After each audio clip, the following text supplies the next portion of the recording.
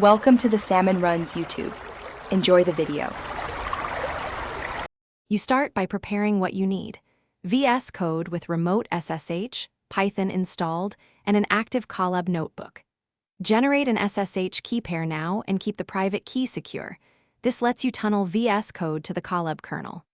Once done, open Colab, start a runtime, and run the snippet that installs and configures an SSH server inside the notebook. Make sure the Colab cell outputs a reachable SSH endpoint before moving to VS Code. Now you connect VS Code. Copy the SSH host, port, and username produced by Colab cell and add them as a new SSH target in VS Code's Remote Explorer. Configure the entry to use your private key and disable strict host checking if necessary for temporary sessions. Once configured, open a remote SSH window to that target. You should see the Colab file system in VS Code. Open your notebook folder. Install any Python dependencies there, and attach the Finish by choosing the remote interpreter in VS Code and running cells or scripts just as you would locally.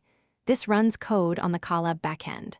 Save work to drive or push to a remote repo frequently because Colab runtimes can expire. For file editing, use VS Code's editor and terminals over the established SSH link. If something breaks, restart the Colab runtime, rerun the SSH server cell, and reconnect from VS Code. This single troubleshooting step resolves most transient connection issues. Thanks for watching. Consider subscribing if we helped you.